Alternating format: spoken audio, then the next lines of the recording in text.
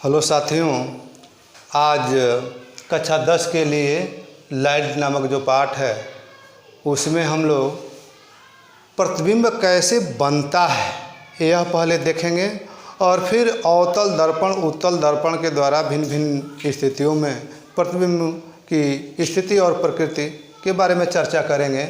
आइए, ये कांच का एक प्लेट है, हमने उत्तल तल पर पॉलिश कर दिया, ये पॉलिश दिखा दिया, अवतल दर्पण हो गया क्योंकि परावर्तन की क्रिया अवतल दर्पण से हो गई।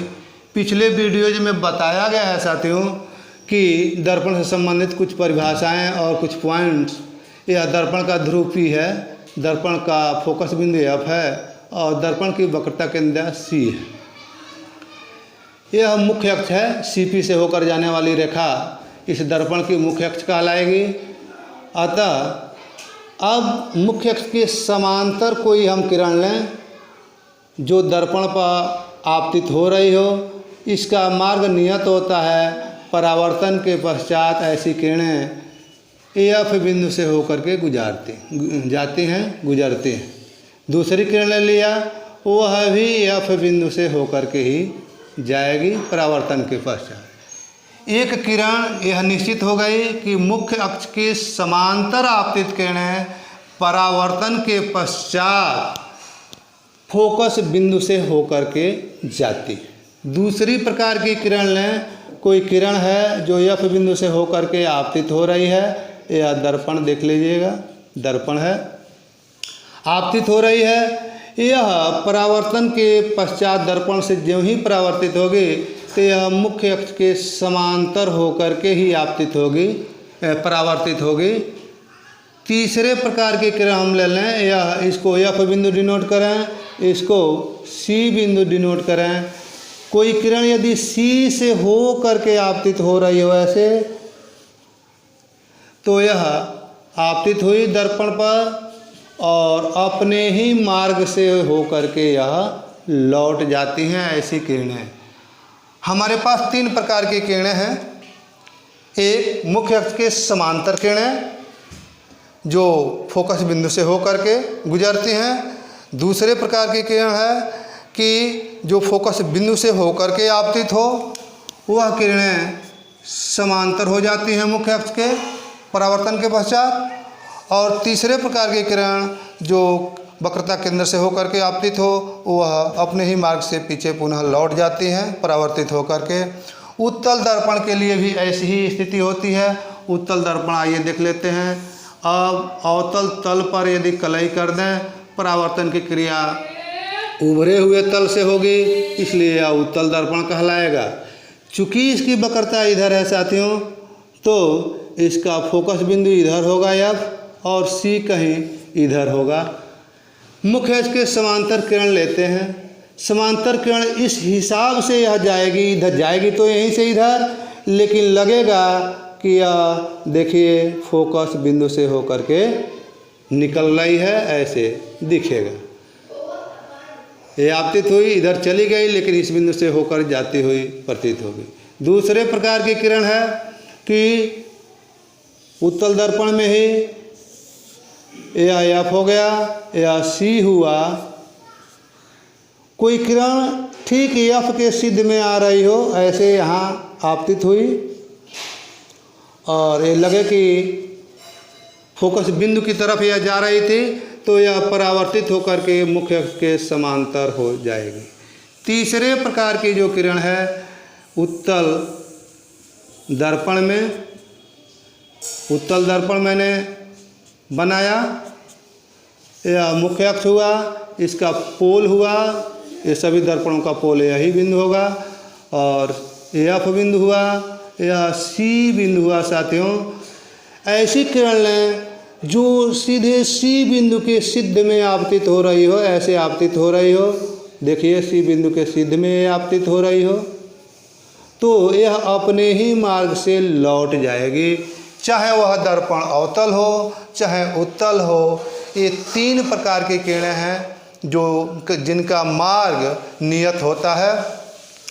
वास्तव में तीनों ही ये किरणें परावर्तन के नियम का पालन करती हैं, यानी आपतन कोण परावर्तन कोण बराबर होता है। इन किरणों के अतिरिक्त कोई आपको अन्य किरण लेना हो जो समांतर भी न हो, फोकस से भी न हो करके जाती हो, वक्रता केंद्र के सिद्ध में भी न जाती हो, तो वह परावर्तन के नियम का पालन करेगी। जैसे कोई अवतल दर्पण हम ले लें, उसका या पोल हो जाएगा, या एफ बिंदु हो जाएगा, या सी बिंदु हो जाएगा। कोई किरण ऐसे है कि ऐसे आपतित हो रही है, अब क्या होगा, ये सी से हम मिलाएं तो ये वास्तव में इस बिंदु पर लंब होगा। गणित आप पढ़ते होंगे या आगे पढ़ेंगे कि एक वृत्त की परिधि पर केंद्र से डाला गया जो मिलाया गया बिंदु पर त्रिज्या होती है, वह सदैव उस बिंदु पर लंब होती है। तो यह लंब हो गया। अब यह कोण हुआ आपतन कोण, ठीक इतना ही आपतन कोण बनाती हुई यह किरण चली जाएगी, तो यह चौथी किरण हो गई। लेकिन कौन जाए कोण मापने, यह समस्या होती है। तो कोई भी प्रतिबिंब बनाने के लिए साथियों 3 किरणें जो अभी हमने चर्चा किया है, इन 3 किरणों में से किन्हीं 2 किरणों का चयन करते हैं और प्रतिबिंब की स्थिति हम ज्ञात कर लेते हैं, उसकी प्रकृति ज्ञात कर लेते हैं। बताया था मैंने कि प्रतिबिंब कैसे बनाते हैं। तो किसी बिंदु के एक पॉइंट से 2 किरणें हम आपतित करावें दर्पण पर, और फिर नियमानुसार कि वो किरणें कैसी हैं उनको हम परावर्तित करा दें। जहाँ पर मिलेंगी या जहाँ पर मिलती हुई प्रतीत होंगी वही बिंदुवत वस्तु का प्रतिबिंब होगा। आइए अब बारी बारी से हम अवतल दर्पण के लिए और उत्तल दर्पण के लिए भिन्न भिन्न स्थितियों में रखे वस्तु का प्रतिबिंब हम देखते हैं कि कैसे बनता है। आइए अवतल दर्पण पुनः हम लेते हैं। पहली स्थिति यहाँ से शुरू करते हैं, 5-6 स्थितियाँ हैं। ये अवतल दर्पण हो गया साथियों, दिखाई दे रहा होगा आपको।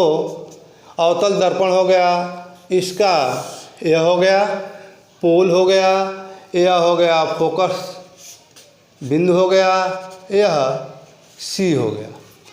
अनंत से पहली स्थिति या फर्स्ट स्थिति है कि अनंत पर कोई वस्तु है और अनंत से चलने वाली किरणें आपस में समांतर मानी जाती हैं। यहाँ पर हम मान लें कि ये अक्ष के भी समांतर हैं, आपस में समांतर होंगी तो तल में वो बनेगा।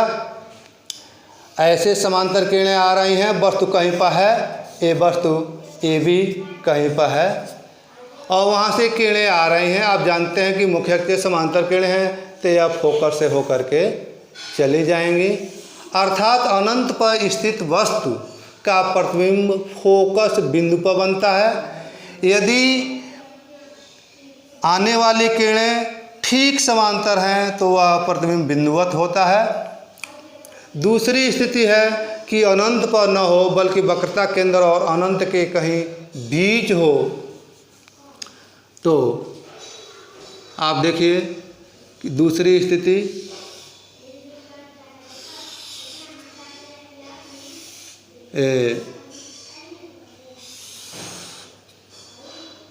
हमने दर्पण लिया, मुख्य अक्ष खींचा और यह पोल दिखाया और यह वक्रता केंद्र दिखाया। यहाँ पर कोई वस्तु हो, सी से आगे कोई वस्तु हो, सी से आगे ऐसे, तो समांतर किरण फोकस से होकर के चली जाएगी और सी से चलने वाली किरण बच्चों, सी बिंदु से होकर गुजरने वाली किरण अपने ही मार्ग से लौट जाएगी। यदि यह ए बी वस्तु है, ए बी वस्तु है, एक बार थोड़ा सा ये कर दें, इसके जो उल्टा हो गया था, हाथ में चल नहीं रहा है।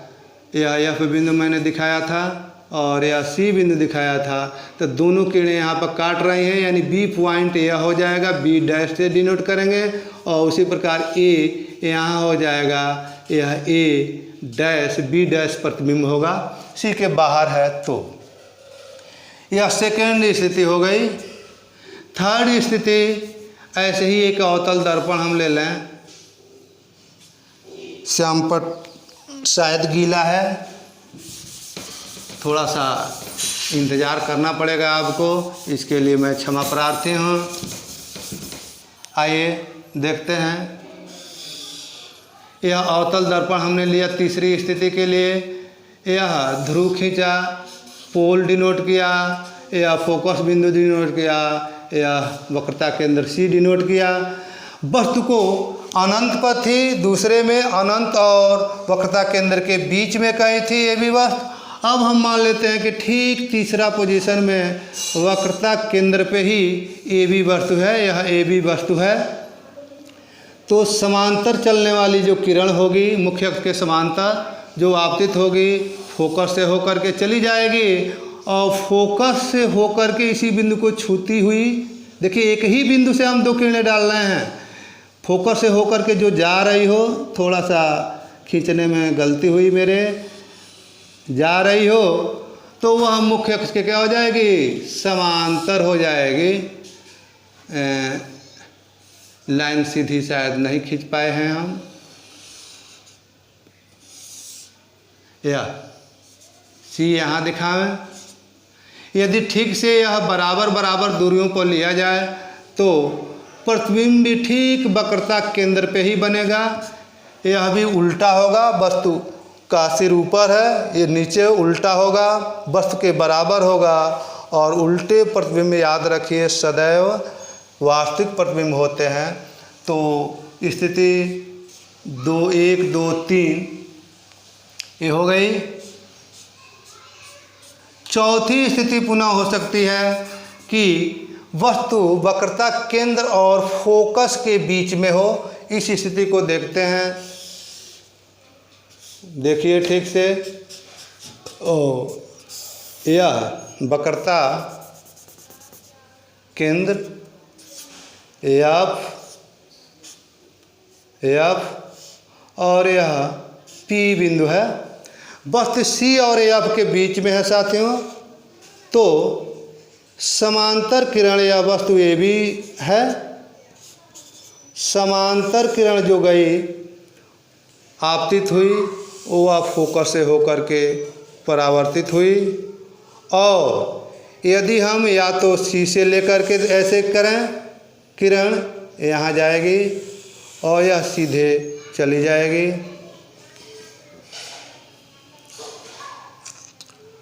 दोनों किरणें इधर आप देखें कि इधर संकुचित होती जा रही हैं, इधर कहीं पर यह मिलेंगी और वस्तु का उल्टा प्रतिबिंब बनेगा और बड़ा प्रतिबिंब बनेगा। सी और अनंत के बीच में कहीं पर प्रतिबिंब बनेगा, वह उल्टा होगा और वस्तु से बड़ा होगा साथियों। यह भी वास्तविक प्रतिबिंब होगा। यदि पांचवी स्थिति हम ले लें कि ठीक जगह फोकस बिंदु पर वस्तु हो, इसको फोकस या दिखाया हमने, एफ या सी दिखाया या पी दिखाया, कोई वस्तु ठीक फोकस बिंदु पर है, समांतर किरण फोकस बिंदु से होकर के चली जाएगी वस्तु को छूती हुई जो समांतर किरण चल रही है। और सी से होकर के जाने वाली जो किरण होगी वह अपने ही मार्ग से लौट जाएगी। ऐसे सी से चलने वाली जो किरण होगी, ये दोनों किरणें साथियों बिल्कुल समांतर हो जाती हैं और समांतर किरणों को अनंत पर मिलता हुआ मान लिया जाता है। इस प्रकार किसी अवतल दर्पण के फोकस पर रखी गई वस्तु का प्रतिबिंब अनंत दूरी पर बनता है दर्पण से। वह उल्टा वास्तविक तो होता है, लेकिन इतना बड़ा उसका विस्तार होता है कि वह प्रतिबिंब हमें दिखाई नहीं देता। अंतिम स्थिति या पांचवी स्थिति हो जाएगी और यह थी चौथी स्थिति। छठवीं स्थिति और अंतिम स्थिति है प्रतिबिंब बनाने की, बनने की, कि वह फोकस और पोल के बीच में वस्तु रखी गई हो। यह पोल है, यह फोकस बिंदु है, यह वक्रता केंद्र है। वस्तु साथियों कहीं पर यहाँ पर है या फिर पी पर है। आप जानते हैं कि समांतर किरण लें, जो आपतित हो रही वस्तु को छूती हुई तो वह फोकस से होकर के चली जाएगी। और यह किरण छूती हुई गई और कोई किरण सी से होकर के छूती हुई जाए तो वह अपने ही मार्ग से क्या होगी, लौट आएगी। यह किरण और यह किरण जो सी से गई थी पीछे बढ़ाने पर किसी बिंदु से आती हुई प्रतीत होंगी। थोड़ा कम दिखाई दे रहा होगा लेकिन आवाज़ से आप समझ सकते हैं ये समांतर किरण है, वस्तु को छूती हुई गई और फोकस बिंदु से होकर के आ गई इधर, और एक किरण इस सी पॉइंट से होकर के गई। ये दोनों किरणें लौट आएंगी इधर। दोनों को पीछे की ओर बढ़ाया जाए तो यह दर्पण से पीछे की ओर कहीं पर मिलती हुई किसी बिंदु पर दिखाई देंगे और यह हो जाएगा A' B' प्रतिबिंब। देखते हैं यही एक स्थिति है जिसमें प्रतिबिंब सीधा बन रहा है और वास्तव में किरणें नहीं मिल रही हैं, इसलिए यह प्रतिबिंब क्या होगा, आभासी होगा, वर्चुअल इमेज होगा, आभासी। तो साथियों, अवतल दर्पण से भिन्न भिन्न स्थितियों में रखी गई वस्तु का प्रतिबिंब भिन्न भिन्न प्रकृति का होता है। एक बार आप चित्र से देख रहे होंगे, अनंत पर वस्तु रखी गई हो तो प्रतिबिंब वास्तविक उल्टा बहुत छोटा होता है और वह फोकस बिंदु पर बनता है। दूसरी स्थिति, यदि वस्तु अनंत और वक्रता केंद्र के बीच में हो तो उसका प्रतिबिंब वास्तविक बनता है, उल्टा बनता है, वस्तु से छोटा बनता है, वक्रता केंद्र और फोकस बिंदु के बीच बनता है। तीसरी स्थिति कि यदि वस्तु वक्रता केंद्र पर ही हो तो ऐसी वस्तु का प्रतिबिंब वस्तु के बराबर बनता है, वास्तविक बनता है, उल्टा बनता है और वक्रता केंद्र पर ही बनता है। चौथी स्थिति के लिए यदि वस्तु वक्रता केंद्र और फोकस बिंदु के बीच हो तो वस्तु का प्रतिबिंब उल्टा बनता है, वास्तविक बनता है, वक्रता केंद्र और अनंत के बीच बनता है और वह वस्तु से बड़ा होता है।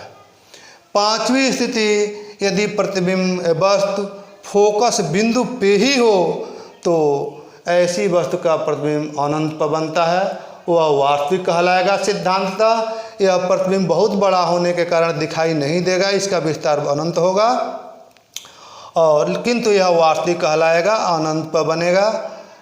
छठवीं स्थिति, यदि वस्तु का प्रतिबिंब वस्तु फोकस और पोल के बीच में है तो इसका प्रतिबिंब दर्पण के पीछे बनता है, वह सीधा बनता है, आभासी बनता है, वस्तु से बड़ा बनता है। साथियों, यह जो छठी स्थिति है यह बड़े काम की स्थिति है। दाढ़ी आदि बनाने के लिए किसी वस्तु को हम मैग्नीफाई करके देखना होता है तो इसी स्थिति का उपयोग करते हैं। जो दूरदर्शी होता है, अवतल दर्पण वाला दूरदर्शी भी 2-3 प्रकार के होते हैं। अवतल दर्पण लगा हुआ जो दूरदर्शी होता है उसमें प्रतिबिंब ऐसे ही बनाया जाता है, वस्तु को बड़ा करके देखने के लिए। सीधा दिखेगा, बड़ा दिखेगा तो किंतु आभासी होगा। आइए उत्तल दर्पण से प्रतिबिंब की भिन्न भिन्न स्थितियां देख लेते हैं।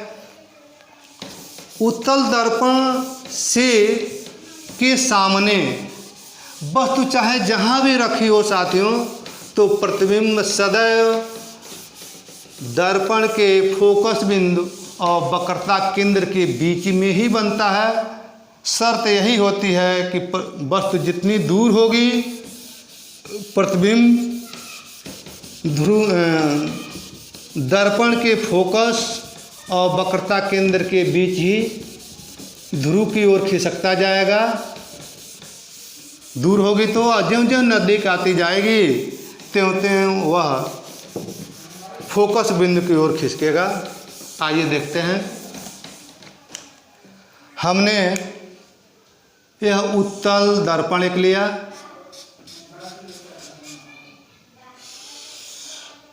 उत्तल दर्पण लिया, इसका मुख्य अक्ष खींचा, यह P हो जाएगा, इसका P और यह हो जाएगा एफ बिंदु, यह हो जाएगा सी बिंदु। फिर गलती हो गई,